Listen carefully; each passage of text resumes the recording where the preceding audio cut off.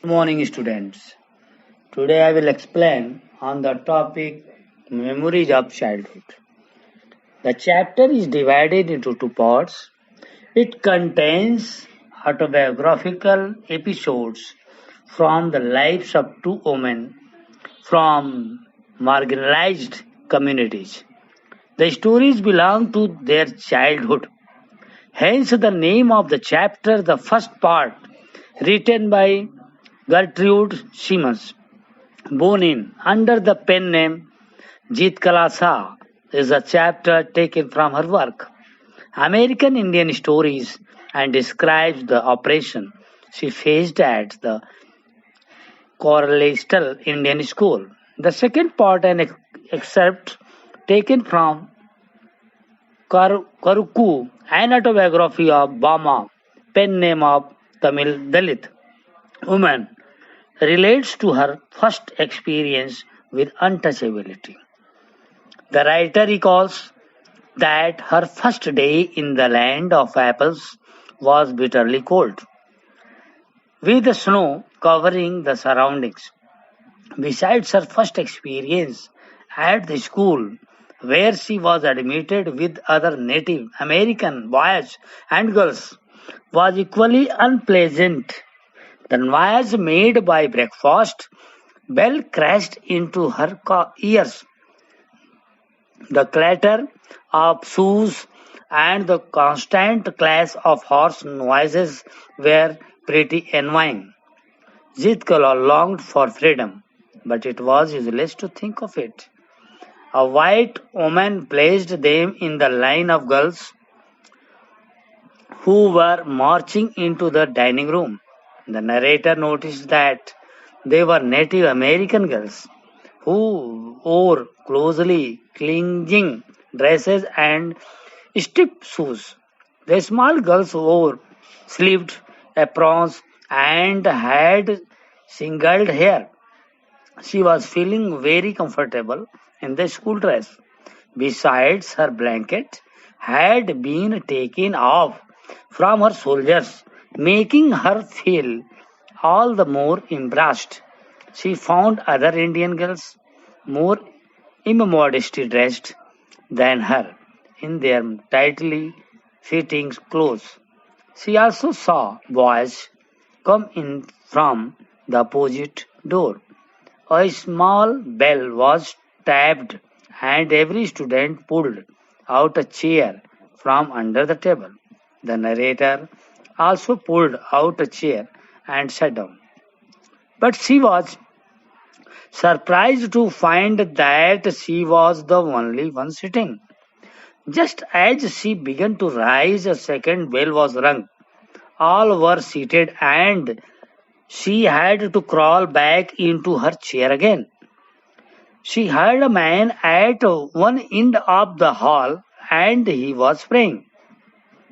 The other students sat with their heads hung over their plates. As the narrator was glancing at the surrounding, she caught the eyes of a pale-faced woman upon her.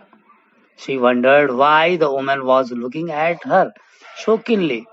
After the man ceased his mutterings, a third bell was tapped and everybody started eating with a knife and fork. Jeet Kala instead started crying. She probably had never eaten using knives and forks. All the new changes were too much for her to take. The eating by formula was not the end of her woes.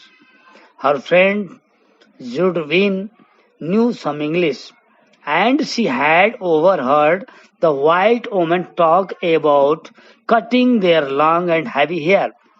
The thought of having her hair cut was unacceptable to the narrator. Her mother had taught her that only skilled warriors who became prisoners in war had their hair singled, cut by the enemy. In their society, short hair was worn by mourners and singled here by cowards. Judwins thought that the school people were strong and they will all have to allow their hair to be cut. But Jitkala was ready to put up a fight.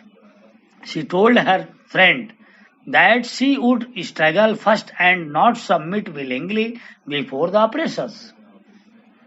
When she got the chance to escape, she scraped upstairs unnoticed. She entered a large room. It was dark as the curtains were drawn. Jitkala crawled under the bed for further rest from the door. After some time, people started searching for her. She heard Judwin call her name, but she didn't answer. Finally, the women and girls who were looking for Jitkala entered the room in which she was hiding. She held her breath while the other searched the room. The next thing she remembered was being dragged out. She was resisting, kicking and scratching wildly. She was carried downstairs and tied to a chair. At last, she felt a cold scissor blade against her neck gnaw off one of her thick braids. This was the end of her resistance. She lost her spirit. She was reminded of all the humiliations she went through since the day she parted with her mother. She was deeply sad and nobody comforted her. She missed her mother and felt like an animal driven by herder. That was the first video on the topic memories of the childhood. Later on we will discuss in second video, we too are human beings. Thank you.